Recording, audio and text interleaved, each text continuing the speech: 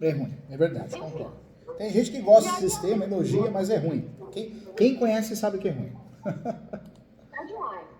Então, assim, o que ele tem, até que eu entrei no sistema, chama Sistema Nacional de Cadastro Rural.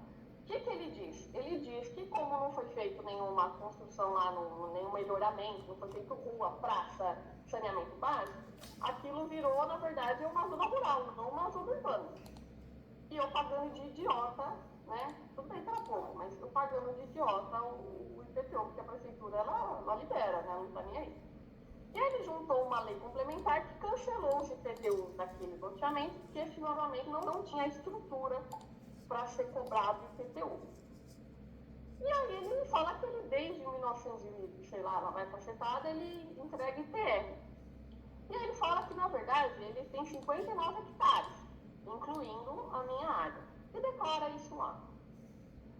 E na minha contestação, da reconvenção, eu demonstro que primeiro, né, eu gostaria que o professor entendesse comigo a minha lógica, né, que eu fui colocando as minhas defesas de acordo com o que eu entendo. Eu fiz pós em tributário também. Então eu sei que tanto a declaração de imposto de renda quanto o ITR são declarações que são por homologação, ou seja, você pode descrever o que você quiser, o fisco ele tem 5 anos para poder revisar isso aí, né, ou não. Então, assim, eu posso descrever que eu sou proprietária de não sei quantos hectares de lote, cabe a União, né, poder fazer essa fiscalização e me tributar. Então, eu acredito que isso não pode ser uma prova de que você efetivamente tem aquela quantidade de lotes e principalmente que o meu esteja inserido nela. Não tem nenhuma prova disso. Segundo, tem um sistema nacional de cadastro rural. E aí eu puxei pelo nome da fazenda que ele juntou os documentos, e lá está dizendo que ele só tem 680 metros. Peraí, aqui no sistema cadastro rural você tem 680 fazendas, ele está falando que tem 59 hectares. E aí ele mesmo juntou uma planta, falando, fazenda NAC. Ele juntou uma planta, área da fazenda. Aí tá lá, 18,23 hectares. Falei, olha, tá contraditório. Ele fala alegando, faz a declaração de técnica que ele é proprietário de 59. Mas ele junta aqui um documento que mostra que a fazenda dele, na verdade, tem 18. Então, assim... Ou seja, existe uma questão até da metragem, né? Também, né? Uma discussão da metragem. E aí ele fala, tanto na contra-notificação que ele me enviou, antes de eu ingressar com a ação, ele fala, olha, a própria organização Maristela, que era do loteamento, já tentou rever de volta esses lotes e não conseguiu, e colocou o número do processo. Eu entrei nesse processo. Olha, professor, tem folha, hein? Nossa senhora, eu vou falar pra você que ontem e hoje, não só ontem e hoje, né? Há alguns anos eu venho, com o tempo que eu tenho analisando, pegando uma ou outra coisa aqui para poder usar no meu processo, né? E lá tem um laudo de constatação que eu já tinha visto, que foi aí que eu localizei o topógrafo, que foi de 2021. Lá em 2021 ele esteve lá no loteamento e ele constatou que esse Naucir, que é o senhor da fazenda, ele falou que ele era assim o possuidor de diversos lotes, mas que não sabia dizer quantos mais ou menos ele tinha. Ou seja, ele não sabe nem quantos lotes ele tem. Meu Deus. Enfim, e assim, e o que eu vejo é que o pessoal lá porque eu falo, tem muita má fé, sabe, professor? Eu sou uma pessoa assim, se eu não fosse tão honesta, talvez eu não fosse tão humilde, né? Mas eu só quero o que é certo. Eu entendo, eu já fui muito contra, sabe, professor, a questão do autocapião. Eu acho que o professor já ouviu muito.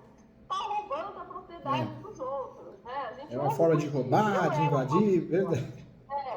Eu era uma pessoa dessa, sabe? Assim, eu entendo que realmente precisa de uma função social. E eu comecei a buscar isso a partir do falecimento do meu tio, porque na verdade eu nem tinha conhecimento que ele tinha.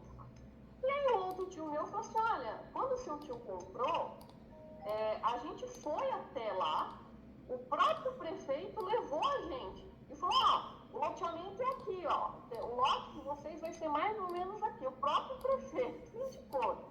Ou seja, se meu tio comprou em 87, meu tio falou que foi em meados de 2000, como que esse senhor pode dizer que está lá há tantos anos? Só que eu não pude arrolar esse meu tio que está vivo, que foi com ele, que faleceu, porque ele falou que não lembra o período. não lembro a data. Eu falei assim, Fica olha, contraditório, né? O que eles alegam, né? É contraditório, né? E aí, nesse processo aqui, na contra-notificação que eles falaram que eles não conseguiram organização, na verdade está em andamento ainda, porque tem nesse loteamento muitos invasores entraram, e aí os invasores estão vendendo, sabe, está uma confusão. E aí, Porque o invasor, o que ele faz? Eles não param quieto. Ele fica lá um ano, às vezes, imagina um ano, um mês, 20 dias e sai vendendo, sessão de posse para outro, contrato de gaveta. Só que no meu não, no meu pelo menos eu vi que assim, nesse processo do Ministério Público, realmente tem muitas pessoas humildes, sabe? Aquelas Sei. casinhas, sabe, bem humildes mesmo, que são pessoas que realmente não têm condições e que precisam realmente de moradia. Mas no meu caso, é um senhor que tem muito dinheiro, eu achei, ele até juntou aqui, teve um juízo de apropriação, eles já depositaram para ele 2 milhões e lá vai cacetada de alguns lotes para ele. Tá. E ele está querendo 8 milhões. Então, assim, eu vejo que é uma pessoa que como se fala, gananciosa. Materialista. Que está ali, materialista, de má fé mesmo, que está ali simplesmente para tomar o que não é dele, sabe? Então, eu acredito, se fosse justamente uma dessas pessoas, se eu estivesse lá e o topógrafo ou escrevendo, falar, ó, tem uma casinha aqui, sei lá, estão construindo, não tem uma pequena família com plantação. Juro para você, professor, eu até abri a mão e falei assim, ó, entendeu? Não, Chega, né? Não quero encrenca, não quero dor de cabeça. Mas não é o caso, mas, né? assim, não, e pelo que eu vi, o mesmo advogado desse fazendeiro que está lá, ele está representando diversos outros pessoas que realmente invadiram também, né? Então, assim, não são, alguns têm, né, a propriedade, efetivamente, tem o contrato, tudo, tem também a posse. Mas no meu caso, eu sei que eu só tenho a propriedade, eu não tenho a posse, eu nunca tive. Meu tio também não. Meu tio, ele ia eventualmente... Mas você tem a propriedade, né? O lado bom é que você conseguiu registrar. Sim, tudo certinho. Só que essa parte ele não conseguiu comprovar, porque ele realmente não tem. E aí ele até colocou lá uma questão de uma... deixa eu até ver aqui o nome. Mas isso ajuda muito, porque quando eu não tenho registro e não tenho a posse, eu estou no limbo possessório, né? Estou num buraco. Né? Eu não consigo fazer ação possessória, não consigo fazer petitória. Como você tem um registro, poxa, além de fazer uma ação reivindicatória, o que você poderia fazer quando tem um invasor, uma saída inteligente? É você propor uma ação chamada arbitramento de aluguel. Por quê? Eu coloquei combinado com Entendi. O arbitramento de aluguel. Eu coloquei a reivindicatória combinada com o arbitramento de aluguel. Eu sei que é muito comum os advogados colocarem arbitramento de aluguel como tutela antecipada de uma ação reivindicatória. Mas o direito ele passou a ser muito estratégico. Aquele direito de 10 anos atrás, 15 anos atrás, não existe mais. O advogado, se não tomar cuidado, está bem desatualizado. Por quê? Porque a gente precisa, muitas vezes, ser estratégico. Quando eu faço um pedido de tutela antecipada numa ação reivindicatória, a chance de a gente ter um não é 99%, porque os juízes eles falam o quê? Não, vou dar a oportunidade do outro se defender, tutela antecipada, liminar. Né? Então, quando a gente faz por fora uma ação de arbitramento de aluguel, é uma ação simples, é cara crachá. Então, dificilmente o juiz acaba negando esse pedido de arbitramento de aluguel. É diferente, viu, doutora?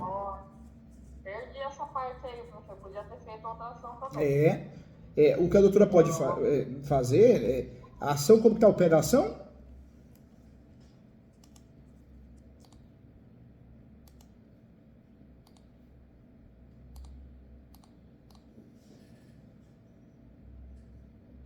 E caiu. Voltou. E caiu.